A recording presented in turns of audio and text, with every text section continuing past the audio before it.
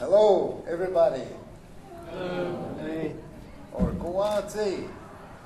I'm from Ako, or Acoma Pueblo. My name is Simon Ortiz, or in the Acoma language, it is Hitrutsi.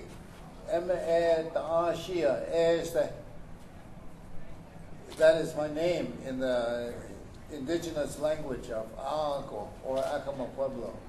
So I'm glad that we're all here, and I'm all glad that I'm also glad that we are, like we all always are, a community of Hanno. Hanno means a gathering of people. We are single people, individuals, of course, but we are always one Hanno, one community of human beings. And this is, I think, the meaning of every gathering, whether it's for the Comic Con here in Phoenix or other events, basketball or dances, traditional or modern. We are still, nonetheless, always a Hanno Mestuta, always a community. So thank you for all of you coming to here, to this Native American comic roundtable. And I'm going to introduce the roundtable participants or panelists, tell about them a little bit, and then I will turn it over to them by a couple of prompting questions for all of them. And then from time to time, I will ask them other questions so that they can answer on their own. Everybody's all properly hooked up, mic'd up, and so forth. Uh-oh, the lights are going out on us. Well, Someone should do a blessing. Yeah, I think so. Once we figure it all out, it's going to work, right? Well, today's session on comics is a beautiful expression, again, of the human ability to say something about himself or herself. We always must speak for ourselves. Tsatsi, kuatsi, ishka, naitra, kono. No other thing will happen unless we speak. And our voice is very, very strong and vital to our identity as indigenous peoples. And we find that our expression is in all manners of not only languages such as English that I'm using, but also in our own languages. And so therefore our expression in art follows along in the same way. And in this case, in comics, and the artists that you will meet and hear will tell you that there really is, I think, a need for more and more communication and more of giving voice to what we do and want to be as human people. So I'm going to introduce the members of the panel. They're not in any special order because I'm not especially organized, but I have their names written down. And I want to start off with Aragon Starr, who is here with us today. She is a artist with various talents, and many talents. And she is a writer, a penciler, an inker, a colorist, a letterer, behind the new comic adventures of Super Indian, which is a story of an ordinary res boy who eats tainted commodity cheese and gains superpower. Whoa. In a 10-part radio series produced by the Native Radio Theater Project and Native Voices at the Altry, which is a theater project in Los Angeles. Ms. Starr is also an award-winning musician, actor, playwright, and artist enrolled member of the Kickapoo tribe of Oklahoma. She is based in Los Angeles, or LA, as most people say, and she has released 4 CDs since 1996 and has performed internationally. Her works have received 4 prestigious awards from the Native American Music Association and 3 from First Americans in the Arts. And her one-woman musical, The Red Road, was toured across the United States and Australia. Her radio comedy series, Super Indian, and audio version of The Red Road play were broadcast nationally on Native Voice One radio service. Super Indian is online at http://www.superindiancomics.com. So that's introduction to Aragon Starr. Would you raise your hand, please? Yeah, right here. Wave Thank it. you. Wave Thank you, it. Simon. She's one panelist. And then next to her, way in the shadows of the is Ryan Huna Smith. And he is a artist who I tried to get to do the cover for a magazine that I edited and published called Kenyan Review about 3 years ago. And he did not eventually do the cover, but I told him, I said, I'll get your art in another publication yet. So next year will be about the first time when I will be the managing editor of Red Ink magazine. And I just heard him say, well, I owe you one. No pressure, Ryan. Be sure to, this time, Ryan, whose work is very highly respected and has become well known, not only as a comics artist, but also as in other forms of art. And he used to also be a museum director in Prescott for the Smoke-Eye Museum, which he tried to, and I think achieved the job of changing it into a very traditional, right on an accurate traditional Native American museum. So I'm glad to see that Ryan is here with us today. Please, Ryan, out of the shadows, raise your hand.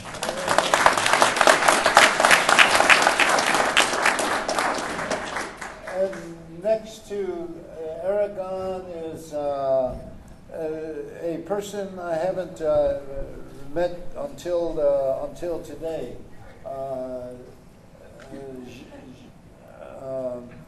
Theo So, who is from an enrolled member of the Las Vegas Paiute tribe. He is born and raised there. He has served on the Las Vegas Paiute Tribal Council for a number of years. And he's the one who created, you may have seen down in their booth today, Captain Paiute, while he was in high school, and continues it today, doing the, well, in high school was 21 years ago, just yesterday, right? Well, Captain Paiute is a hero because the heroes sometimes in Native American expression have not existed throughout America. And America is such a visual and artistic nation that oftentimes there's a lot of things about indigenous or native people that are not presented. And one of the reasons for his representation of Captain Paiute is that Native American heroes be offered and as part of how arts are expressed in the Native American world. It is also, of course, a way in which traditional. Are we dancing or something?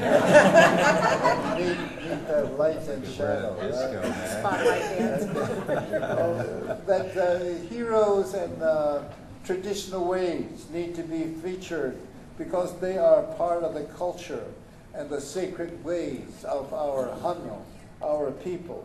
And they also, the carrying on of traditional ways includes those stories that are very important for our cultures to thrive. So please, Theo, so raise your hand.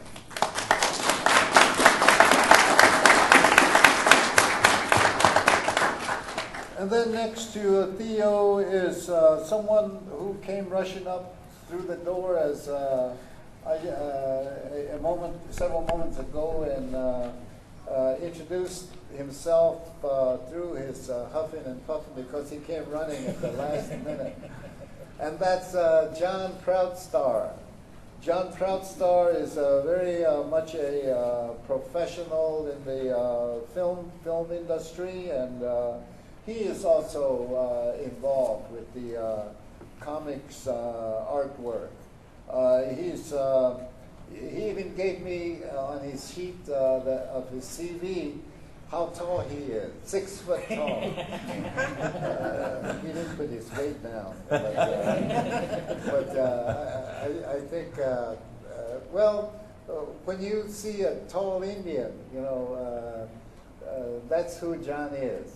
I have a buddy who is, in fact, the managing editor of the Red Ink magazine currently in Tucson, Arizona, where it's published. The magazine is published at the University of Arizona. And he's the tallest Native American or tallest Indian I've ever seen. He's about 6'6", and that's Joe Quintana. And I said to him one time, teasing him, of course, I said, Pueblo people are supposed to be short like me. And he didn't quite believe it. Anyway,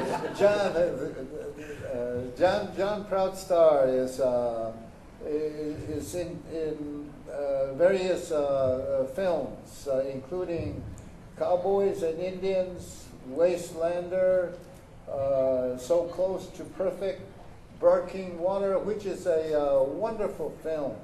And he plays the principal, which is Roger. And Into the West and Four Sheets to the Wind.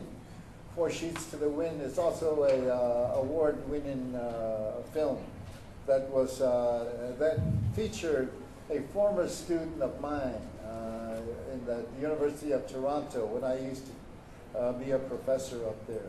So please welcome John Proudstar.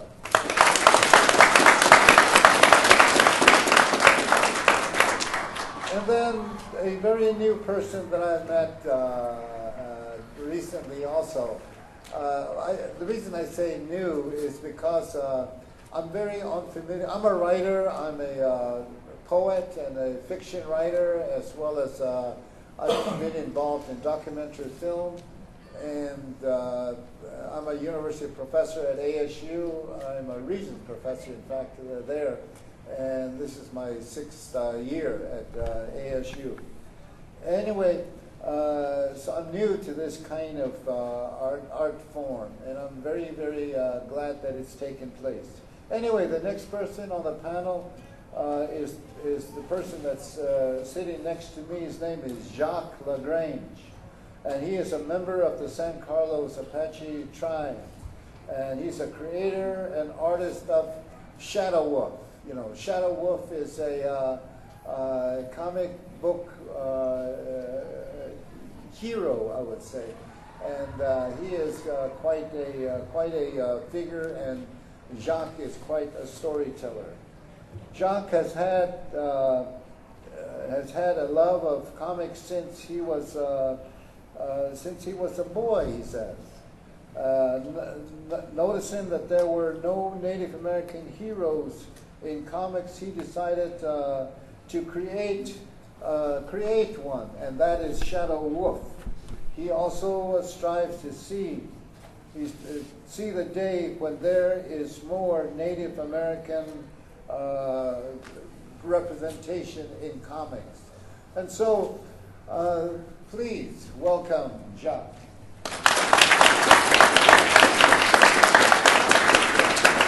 So these are the members of the panel on today's Native American Comics Roundtable. And I want to learn and I want to listen to what they have to offer. But I want to also encourage them to go on working in this very important media skill or media art. I think that it's helpful to always pose questions to especially creative people, because that is the way that we learn. You know, conversations, talking, dialogue is the way that we actually teach ourselves, you know, by engaging in talking, by sharing in conversations, and dialoguing with others. We teach ourselves, and we have other people teach us. So please, you know, keep that in mind as we go along. The first question that I want to have the panel bite into is this. Panelists, when you work in the developing tradition of comics, are you also at the same time aware of the ability of traditional storytelling or the oral tradition that our people, our culture, and our communities of indigenous people have? You know, please, would you speak upon that, beginning with, let's say, with Ryan, since he's way back in the shadows. Well, I guess my process with storytelling, yeah, it's very important with Native people. But I guess what I'm trying to do in my book and my project is I'm basically just trying to introduce Native American culture in a more realistic manner in comic books. And I think that's kind of where I started with Mr. Proudstar there when we started working on Tribal Force some years back. That was the whole purpose, was to introduce Native American superheroes in a non-stereotypical manner. And I think that's kind of, aside from thinking about Native culture and oral traditions and things like that, I think that's probably more the primary focus, and what drives me and what I try to do is I want Native, you know, superhero characters to be standing shoulder to shoulder with Superman and Batman. I think it's really important to provide role models, even if they are superheroes, to the youth. And I think that's, you know, kind of my whole philosophy and behind in creating comic books with Native American culture. Thank you, Ryan. And then let's hear from Erica. Well, as far as storytelling and traditional things in Super Indian, I'm actually not really going there, only because of the fact that I really wanted my guy to be super contemporary. If you read Super Indian, you'll see a lot of mention of genre, which I'm sure everybody knows here. So yeah, they're going to talk about Game of Thrones. Yeah, they're going to talk about Star Trek.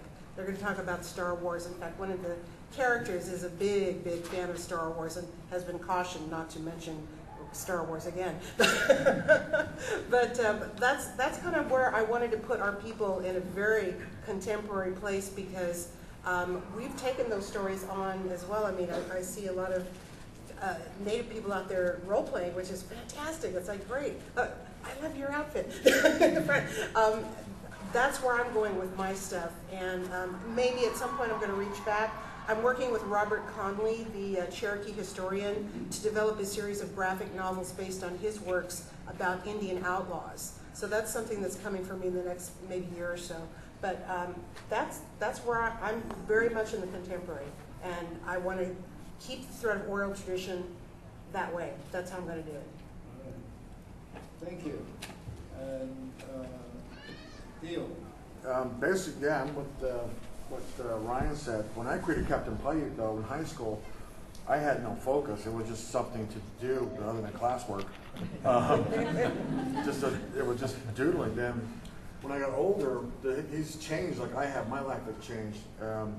His story has evolved more and more since I sat on council. I kind of see the struggles as us Native people on reservations go through. And I've talked to senators, and I've actually yelled at the majority whip one year because we had a big thing on our reservation, and he didn't come around for it all the way up until his re-election came around. And out of the 4 council members, I was the only one that actually spoke my mind. And I was kind of scared when I got back home. I was like, oh, I'm going to get chastised. I'm going to get, people's going to raise hell. They said no. They all praised me for doing that. Mine is more like again, for the struggles as a Native people we go through, like water rights or indigenous rights or NAGPRA, the NAGPRA Act, the Great Redirection Act. That's what my focus is on. And the issues that focus on reservations, like with, alcohol abuse, drugs, and stuff like that. That's where my goal and my storytelling is going towards. Just Native issues, to put our word out there, that hey, we're still here. We're not gone. We're still here. Thank you, Theo. And John, your turn. Yeah, oral tradition has always played a huge part in tribal force. That's where the initial stories came from, was reading all these stories about Native heroes that existed thousands of years ago, and it definitely was the inspiration to create tribal force and put it in a contemporary light. So I always draw from that, and it's always that fine line that you have to walk when you're reintroducing these stories that have existed for thousands of years. And it just shows how important that is to our people. And I wanted, in this new incarnation of tribal force, my thing, I've worked with survivors of child molestation and violent youth offenders for most of my life on the reservations. And it's a way to expose that to the light of day through comic books, through storytelling. And it's not that tribal force is heavy with that, but it's definitely a brushstroke in the storyline. But I think it's important, and each artist is going to say this. These are issues, the alcoholism, the drug addiction, all this stuff that, as a Native American, we're all quite familiar with, and we're battling right now as we speak. And this is just one way that we're trying to confront it. So it shows you that it's endemic in our society to the point that it comes out in our art. These things that we're dealing with on a daily basis, because we've all lost somebody to one of these things. So I think it's a great thing that all the artists are doing here, is utilizing these stories that have been with us for thousands of years to combat these contemporary issues. Thank you, John. And Jack. Thank you. Basically, I grew up with comic books. I love comic books. All right? I grew up, Superman was the guy that when I was sick and I was in the Indian hospital in Santa Fe getting breathing treatments, I was reading Superman comics. And those were things that my dad had brought to me and whatnot. And I learned a lot of right and wrong from comic books. So for me, doing Shadow Wolf as a comic book, it's really hard to not get into let's see Shadow Wolf really just start tearing things up, right? Let's see Shadow Wolf take on a dragon and drive his head into the ground, It's like, I really like the comic book genre. I mean, you can really, I get to have a character that's Native American that totally kicks ass, I mean, he's like one of those guys, and he's like a black and white guy, right? It's like you're either right or you're wrong, and he's always on the side of right, or what he feels is right, the way that he was taught through his grandfather. I just recently wrote a new Shadow Wolf Ocho crossover with another character here in Phoenix, or another creator, Eric Mingle. And basically, Eric Mingle's artwork is very cartoonish, a very cartoonish artwork, and I'll get to why I'm explaining this, is that basically I wrote a story that told the creation story. It was Shadow Wolf's grandfather speaking to Shadow Wolf as a child, telling him the creation story. And as soon as the creation story was being told, it would switch over to Eric Mingel's character or type style of art, so that it was telling the creation story like the way we were told creation stories way back in the day, where before the white man, type times, okay.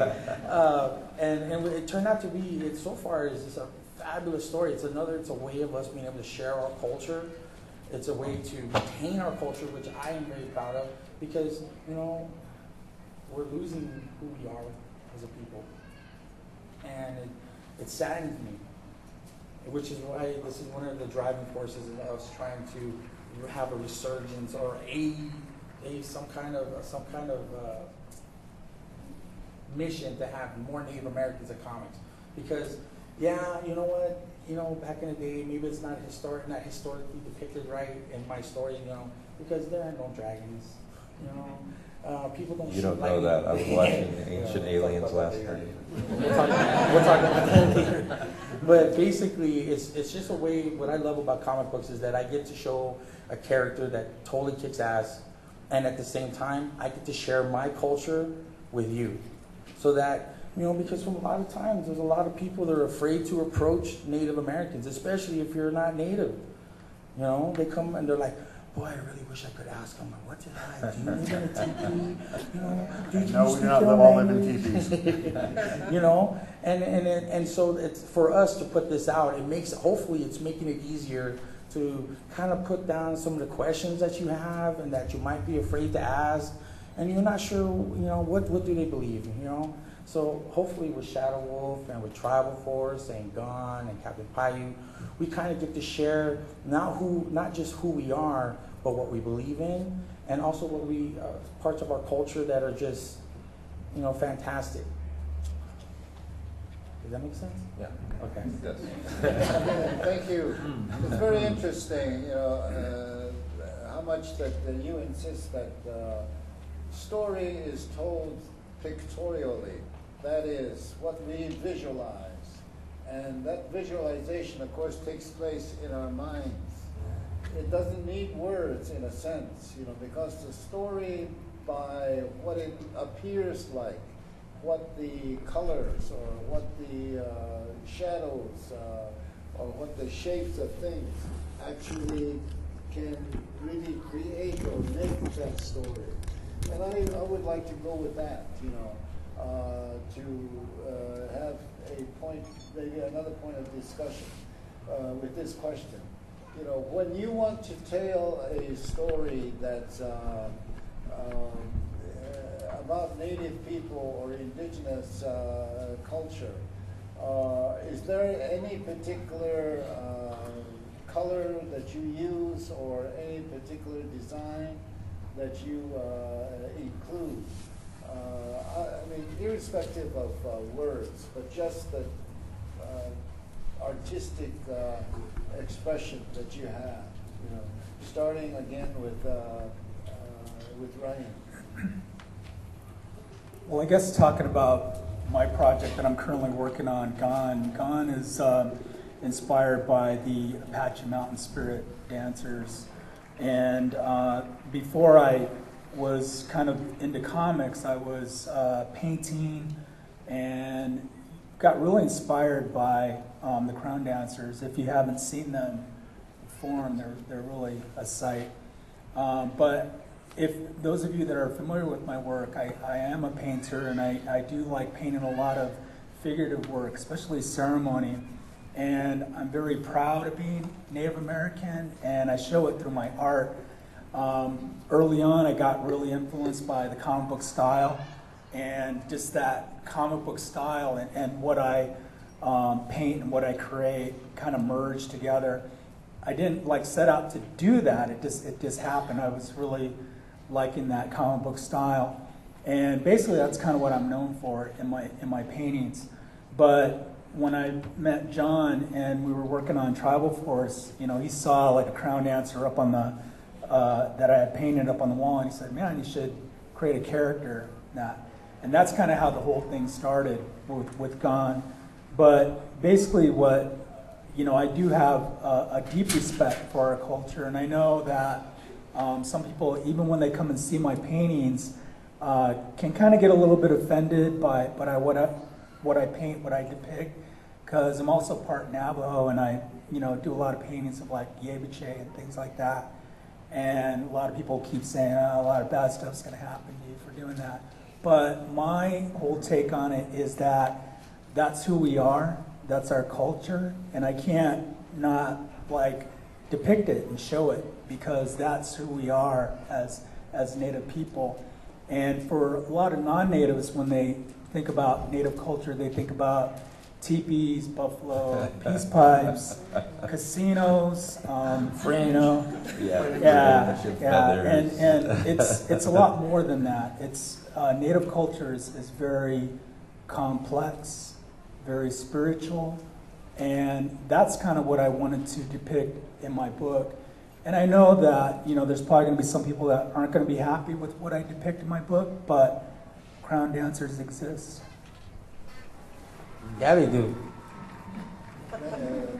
Thank you, Ryan. Aragon. Oh, as far as like color, Super Indian is going to continue to be colored very bright, because I really want to show the vibrancy of our culture, but also just to, you know, have a little brighter voice. Oh, the ugly lights came on. Hey, no. But really, what I want to do with this and that representation of color is to just have it be bright, eye-popping. I really want kids to get into it, and bright colors always attract kids, and especially because there's a really positive message within the book. Even though I get silly with stuff right now, there's a part of the storyline, it's called The Curse of Blood Quantum. And the curse, and Blood Quantum is spelled B-U-L-D, and the last name is K-W-A-N with an apostrophe T-U-M. Blood Quantum is a vampire who's been cursed to search the world to become a full-blood Indian. And he's currently hunting around and biting full-blood Indians to increase his blood quantum. Aragon, you need to lay off the drugs. I wish that were so. No more peyote. No more peyote for you. But that's the world that Super Indian lives in. It's very satirical. There's a lot of, this story especially skewers Twilight. I'm really going after those people because, but that's the bright colors are telling the story in this one. My next project is going to be cowboy noir, so I'm totally going black and white with the next one. So color really does tell the story. It really does. Sets the mood. Yeah, I can reiterate on that, because I was going to create Captain Pite all black and white for budget reasons, but now Aragon just put out a book, the INC book last year. Oh yeah, the ink book. The ink book, and that's my first ever seeing my character and my story in color, so I think I'm going to jump on the bandwagon for color for my guy. Yeah. I don't know who's going to do it, but We'll work something out. yeah, I'm colorblind. Not literally, but just I can't mix colors together. We'll come out Van Gogh-ish or whatever. Ear to my ear. Color, color and symbology is hugely important with Tribal Force, because I do use sacred symbols throughout the book. The symbol on Thunder Eagle's chest is from the Paiute medicine man, Wovoka. Earth, later on when she grows up, she's wearing the Navajo lightning bolts, or the earth symbol as well. And then there's Little Bighorn, who's Papa Sioux. Each one is from a different tribe, and they have different colors that represent them, and the symbology that represents them. And just as Ryan said, when we first started creating Tribal Force, that was something we were really scared of doing, because we understood how sacred those symbols are to people. And when you grow up around it all your life, you don't want to mistreat it. And it's been mistreated before by Marvel Comics. They depicted Kachina taking their masks off, and if you're Native, you know how horrible that is. That's just so wrong to do that. So we didn't want to make the mistakes that had been made before. And I know it's very easy as a culture, as Native people, our culture has been taken advantage of and raped, basically. But everything on an Indian warrior means something. It comes from some place. It's just not something that's been slapped on. It emanates from some place. And it amazes me that these companies that, make Star Wars comic books and, all these movies coming out, Game of Thrones and everything like that. I mean, there's people that can speak the language that's on Game of Thrones. Yet when it comes to our people and our history and our culture, they just kind of sort of whitewash it and throw everything on one character. So it's important, in my book, and I know in Ryan's book, that everything that's there, it's done out of respect. It's done out of, we want to save our culture. We want our kids to know about our culture. And we're competing against video games and magazines and multi-million-dollar companies. And at the end of the day, it's just Ryan sitting at a table drawing, and it's just us, this is it. We are Native comic books. There's probably like 5 other guys out there making comic books, and we're competing against multi-million-dollar companies.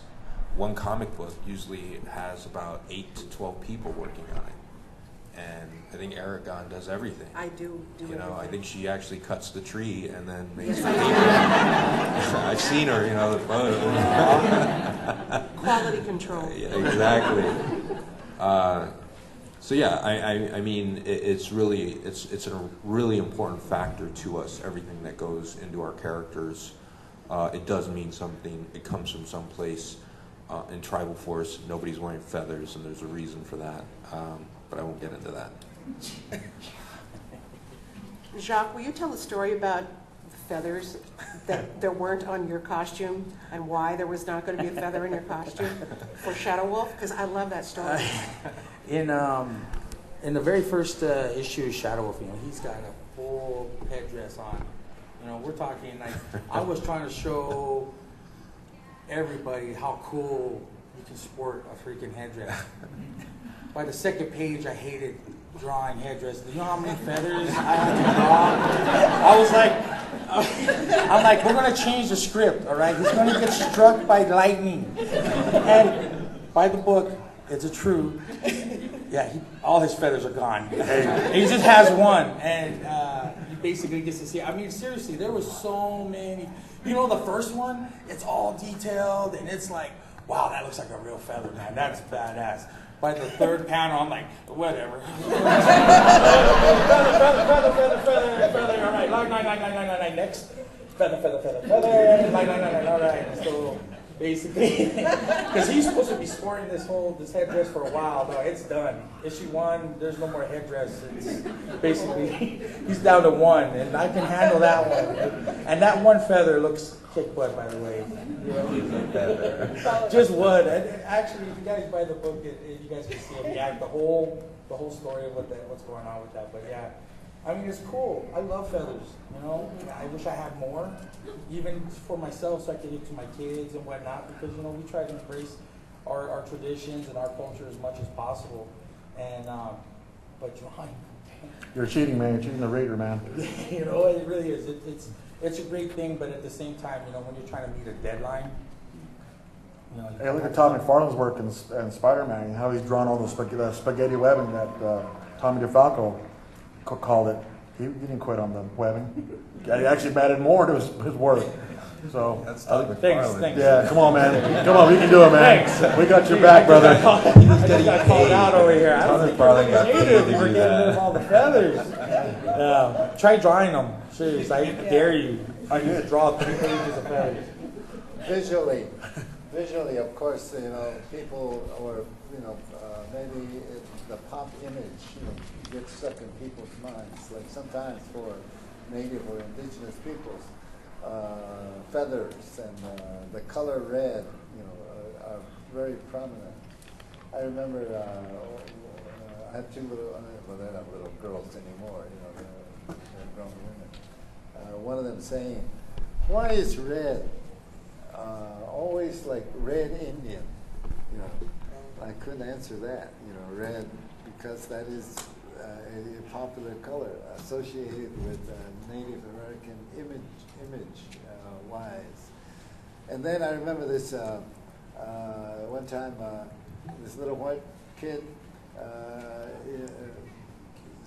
said to me, "You're an Indian, aren't you?" I said, "Yeah, I am." I said, "How do you know?" "Because you're wearing red and black shirt." That's an Indian's color. And I kind of smiled and said, "Sometimes." I said, "Thank you." I mean, that was what his standard was. That Indians wore black and white. Okay. Well, thank you for all your replies. And then I want to ask this about one of you used the word stereotyping. Stereotyping is a very, very prominent way of recognizing things easily or assuming that's what things are just by stereotypes. You know? And even the color is a kind of a red associated, and the feathers associated to many people, so can be stereotypes. Well, there are also such high-powered media forces like movies and films, like made by whether it's Walt Disney or whoever. But like Walt Disney films have portrayed, say, Pocahontas. You know, Pocahontas was a real person, as we may know. You know, historically real indigenous woman, you know, in Virginia. And she figures in a historical information and historical experience and incident. You know. But when it makes a movie, when movie filmmakers turn that real person into a image, I wonder if that image is somehow changed. You know, and what does the change mean? Perhaps let's tackle this, and we'll start on this side of the road. Jack first. How we would tackle stereotyping in our medium? Yeah. You'll never see Shadow Wolf with a beard, ever. You'll never see Shadow Wolf slapping a woman. You'll never see Shadow Wolf back down from a fight. You'll never see Shadow Wolf as a second-rate character. I can promise you that. You read Shadow Wolf, you'll see Shadow Wolf as the true person, the true people that we are. You know? Really. And that's one of the ways I've tackled it, is that it really is, you know, we all, if you're from the res and you're here and you understand what it's like on the res, it's rough. It's really rough. But when you're a kid, though, living on the res, you just grow up like a normal kid. You know, it's just like, hey, everybody's got bugs. You know? What else is new? You know, hey, I haven't taken a bath in 3 weeks. Hey, it's all right. You know, of course, I wore out the big wheel tires. I grew up, you know, being around ceremony and whatnot, and you know, I saw those things. I saw the things that my father did to my mother. I saw the things that my mother did to my father. I seen the things that my mother's family did to my father as well. I mean, it was harsh. It was a harsh environment for my dad, who is native, to live on the reservation and try to love us when the whole community shunned him. So those kind of things are kind of harsh. You know, of course, you know, we're cautious with outsiders. Of course, you know, we've been burnt so many times, you know, literally we've been given the shaft and whatnot. So of course, when there's new people around, we're going to shun them away. But in this day and age, I mean, it's of course we still have those issues and whatnot, but it's up to us as a people to change those things. Not just as a group, but individually, and that's how it starts. You have to decide for yourself, and you have to decide for your children and your family on whether or not you want them to be raised up in an environment where it has alcohol and drugs and abuse, no education. I mean, you have to, as a parent, as a native person, the right to raise your kids properly, and show them what, you know what, you don't have to be like this. You really don't. You can actually do both. You can live in a society with technology and whatnot and still retain who you are. All you have to do is find that balance, and you have to decide what you think is right for yourself. As a Native people, you have to decide for yourself on what decision that you're going to make for your family in the direction that your people want to go in. And it begins with you, not with just me reading this. It's all of us combined, moving forward as a people and showing them, we're not going to take this crap anymore. We're not. Did I go overboard? No.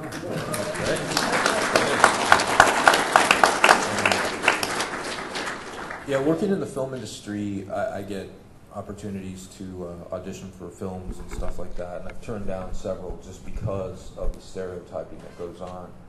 And it always amazes me that these people don't understand what they're doing to us and how they're portraying us, and this image that they want to continue to portray of us as a people.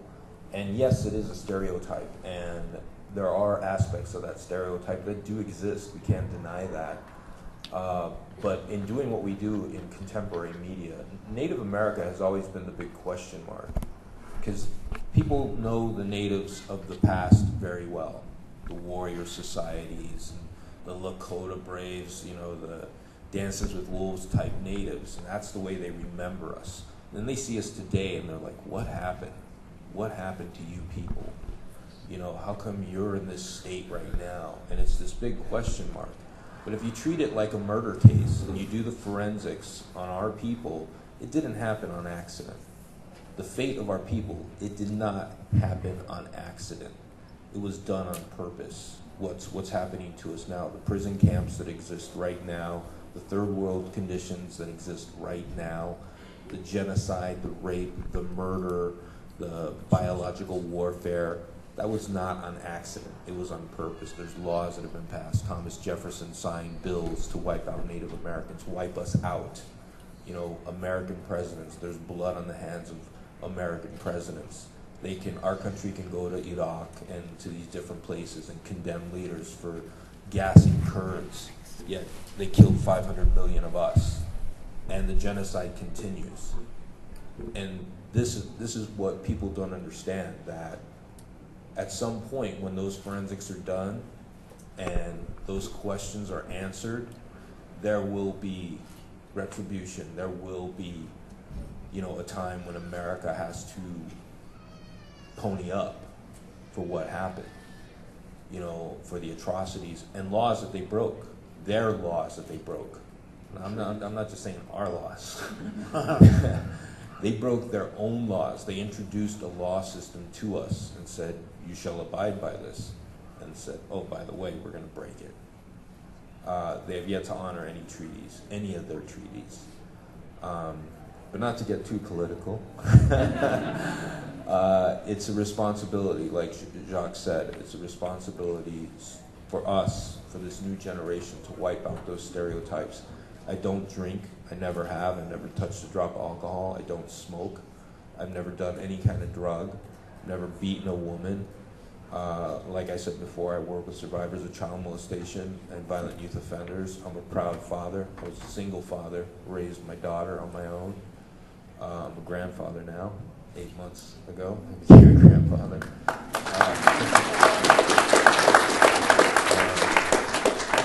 But these are things that aren't shown, and this is what we're trying to show people, that we're not that stereotype. Sorry for going on.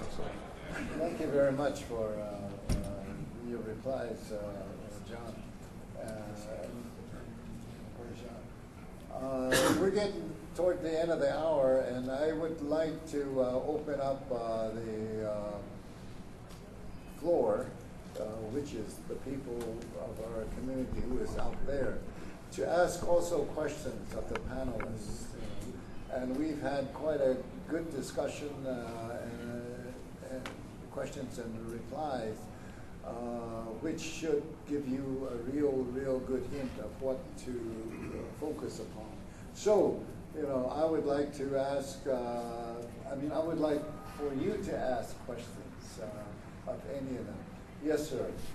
We're talking about stereotyping. That new movie by Disney that's coming out, The Lone Ranger. What do you guys think of Johnny Depp? I'm not going to watch it. No comment. I thought it was weird that Johnny Depp actually did the intro to Gathering of the Nations, and I swear he must have been high. Seriously, it was. I couldn't even finish it, but it was Captain Jack Sparrow doing the introduction to Gathering of the Nations this year, and it's like Chicken peyote. my people have seen that, and then it was just like, oh my, it's rough. It is. You know, I'm not in his shoes. You know, I wouldn't mind, whatever he can do to promote, I guess, if there's a positive side to this, hopefully he's promoting Native Americans in a good way, but I don't think I'm going to see the movie. There's a question way over there. Go ahead, sir. Where do you guys see your comics in 5 years? In the hands of somebody in the bathroom. Finally published. This is a good issue of Shadow Wolf. You know, I have a feeling that at one point a publishing entity will see the validity in Native American comic books. It just hasn't happened yet, and I don't know why. And I constantly get asked that, and I'm sure these guys do too. It's like, how come Marvel hasn't picked you up? How come DC, blah, blah, blah.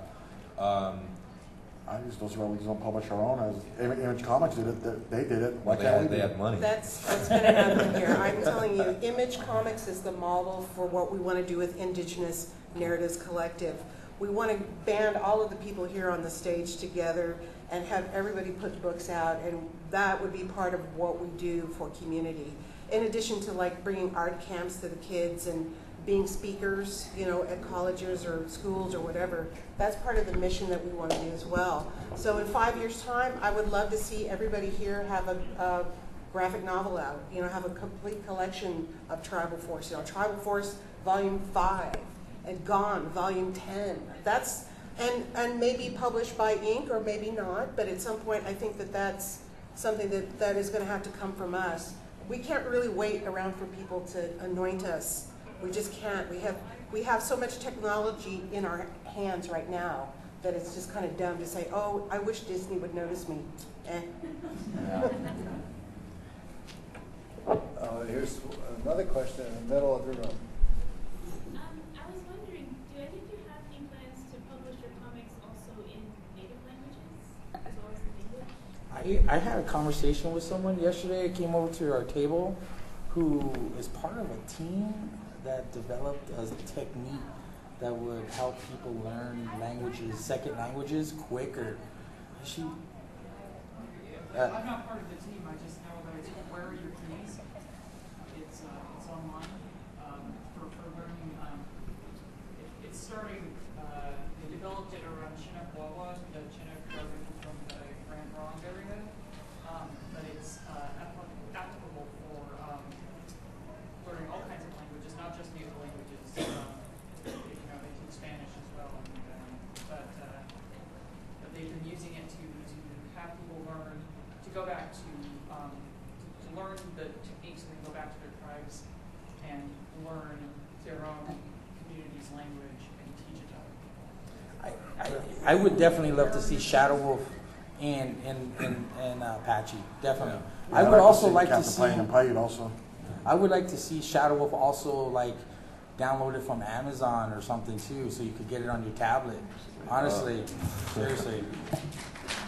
I just want to add that recently I did a comic book for the University of Arizona. It's a diabetes comic book, and you can go online and download it. It's a free mobile app, and the mobile app allows you to hear the comic book read to you in English, Spanish, and Author.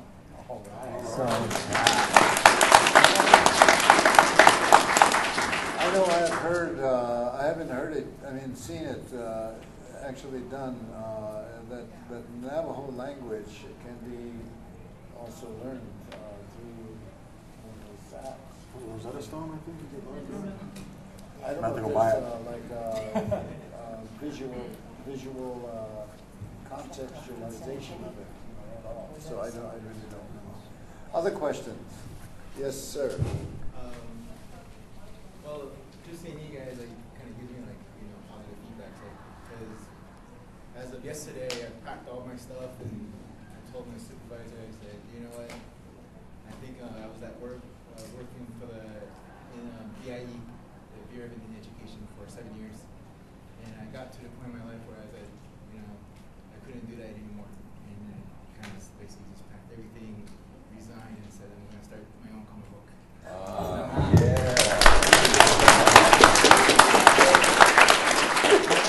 At his house with all my stuff. And I have like, maybe like. Sorry, man, my couch is full, man. Sorry, man. Don't be looking at me, brother. Come down after the panel. After the panel, come down to the table. Let's talk some more. Yeah, See what we can do to help you out. And I just want to, you know, try to get myself anywhere, and because my teachers always taught me like, learn from the best, learn from the people that are always, you know, leading the way. So, you know, for you guys up there, you know. Thank To you. reiterate on that, being on this panel, my first time up here, it's like a feeling like, you know, like you go to powwow and you hear grand entry. That's kind of like this, you know, you get that feeling, that pumpingness, you know. That's the creators of your own native, they got now to influence you. I mean, that's really a really good feeling for me, because I wasn't here last year, I missed it. But, you know, to actually meet these guys in person and, you know, to shake their hands and to actually look at the product, I mean, right on.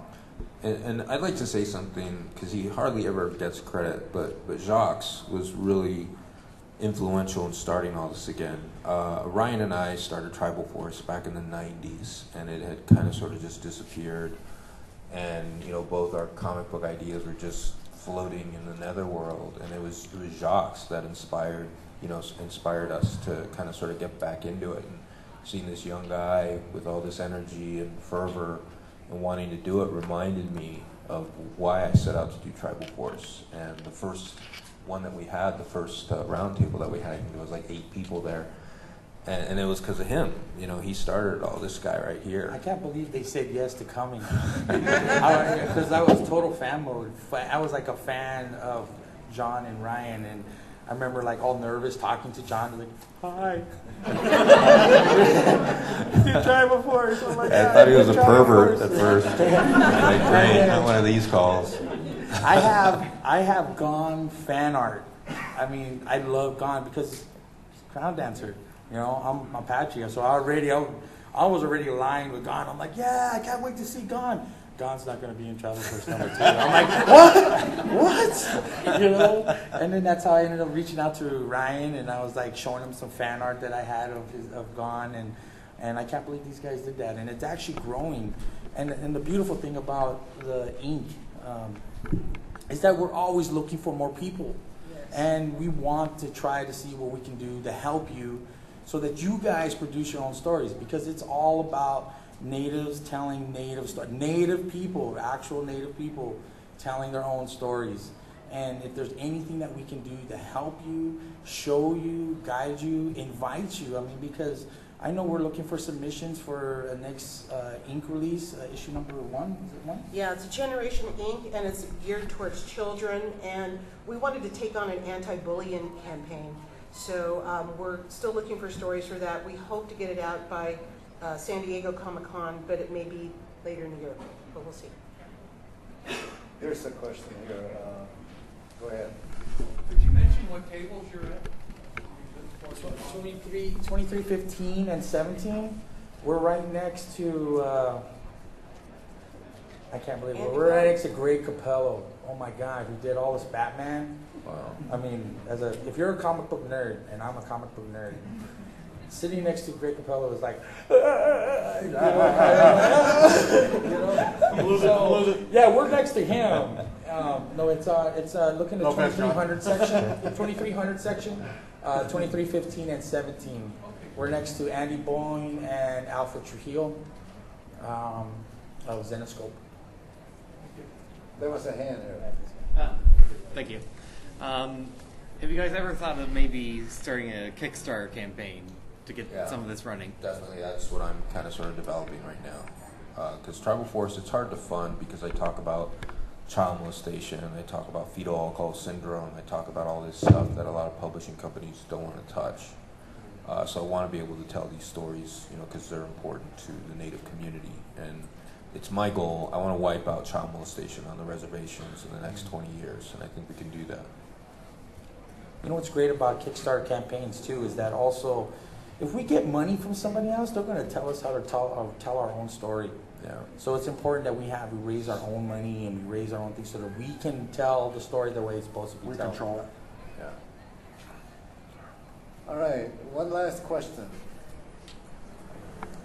All right, go ahead, go for it. You mentioning about raising your own money. How receptive have the different Indian nations been in